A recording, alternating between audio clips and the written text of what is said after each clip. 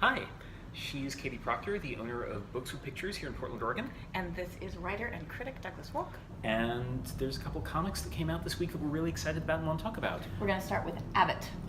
This is the first issue of a series or mini-series, I'm not sure which, by Salatin Ahmed, Sami Kivala, and Jason Wordy, colorist, who we're singling out for Colorist Appreciation Week. And it's a supernatural detective story set in 1970s Detroit? 1972 Detroit. Specifically. The moment where everything was just kind of changing for Detroit, which makes it a fascinating time and place and setting, and also gives Sami Kivala the ability to draw amazing, amazing fashions. The clothes in this book are delicious. It's a fantastic setting. It's a fantastic main character, a woman named Elena Abbott, who's a newspaper reporter who's kind of on the trail of something creepy and supernatural at the same time as there is police brutality stuff going on that she's involved in reporting on. And tell us a little more about it.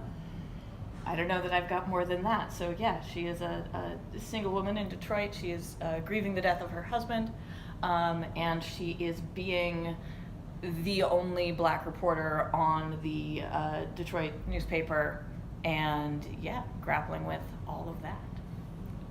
It's a lot of fun.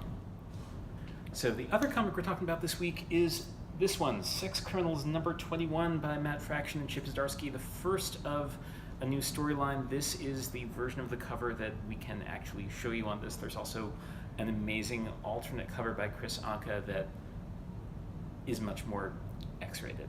If your comic shop has both, get that one. Yeah.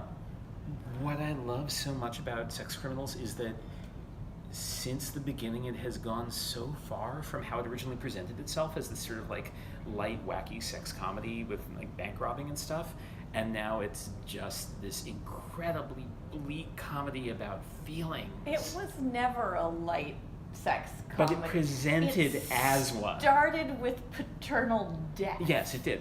But it presented as. It did. Yeah. It is. And it's great because I still pitch it that way in the store. And then you get into it and you're like, oh. And people have responses to this. The letter column in this issue is 9 pages long, and that's typical Sex Criminals letter column.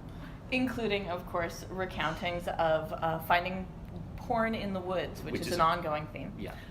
And movies to which one has had sex, which is also an ongoing theme. Yeah.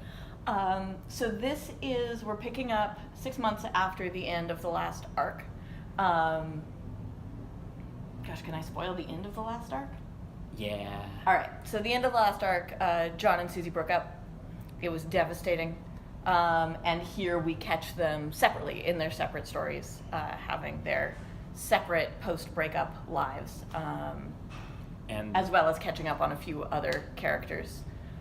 And running into each other in a really fraught and unfortunate and loaded moment that I can't help but think like everybody's going to have much worse feelings about later on.